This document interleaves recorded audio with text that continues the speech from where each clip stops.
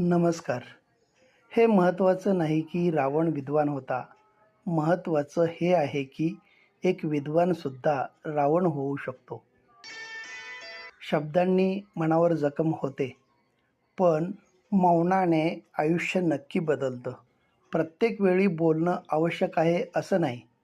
बऱ्याचदा मौनही बरंच काही सांगून जातं. दिसणं आणि असणं यातील नेमका फरक समजला की फसणं थांबतं.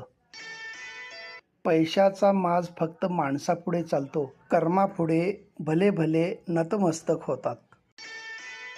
माणूस योग्य मार्गाने गेला आणि त्याच्यात तळमळ असली तर सर्व अडचणींवर तो मात करतो.